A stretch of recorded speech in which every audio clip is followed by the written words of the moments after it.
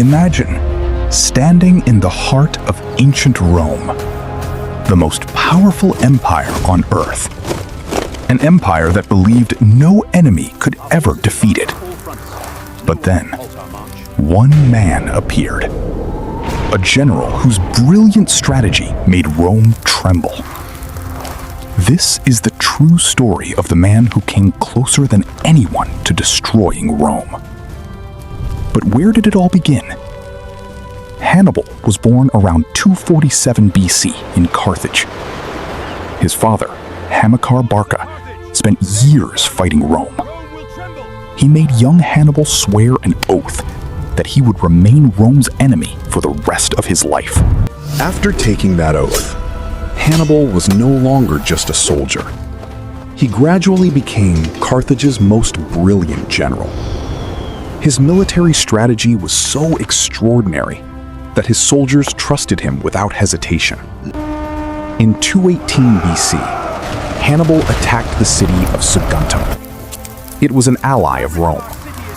Rome saw this attack as a direct insult. And then, it declared war.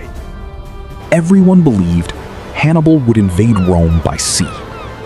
But he made a decision that stunned the ancient world. He abandoned the sea route and turned toward the most dangerous mountains on Earth, the Alps. A journey that was considered impossible in his time. Rome believed the Alps would stop Hannibal.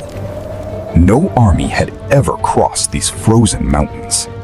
But Hannibal was always one step ahead. With thousands of soldiers, horses, and war elephants, he began the impossible march. Snow, hunger, and freezing winds tested them every day. Many soldiers never made it. Horses and elephants fell into deadly ravines. But Hannibal refused to give up. After months of hardship, his army finally entered Italy. Rome thought the mountains would become his grave. Instead, they became his greatest victory. Now, the war had reached Rome's doorstep. Rome had only one choice. It had to stop Hannibal. Rome gathered the largest army it had ever assembled. They believed Hannibal could not escape this time. But in 216 BC, the Battle of Cannae changed history forever. Hannibal won not through strength, but through brilliant strategy. He deliberately allowed the center of his army to fall back. The Romans believed Carthage was collapsing, but it was all a trap.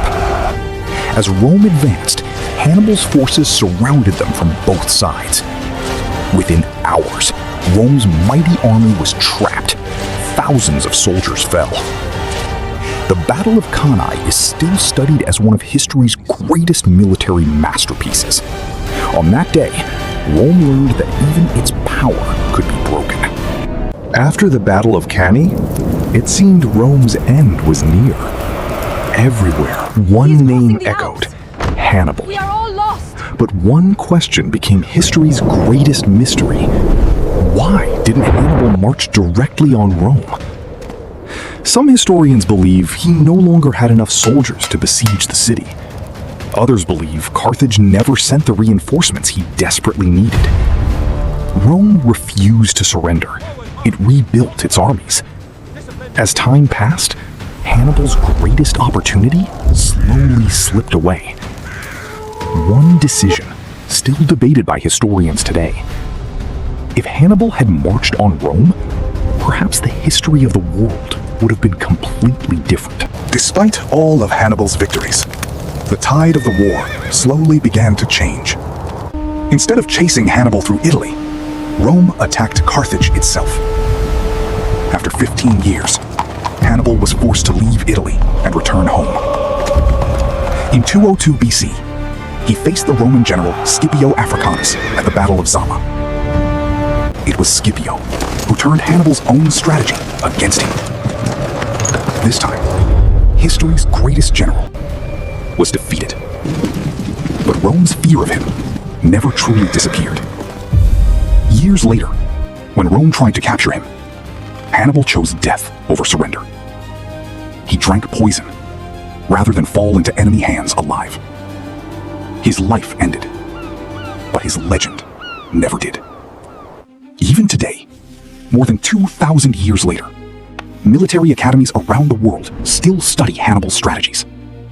And whenever history speaks of the greatest generals who ever lived, one name always stands above the rest: Hannibal Barca, the man who never conquered Rome, but made it live in fear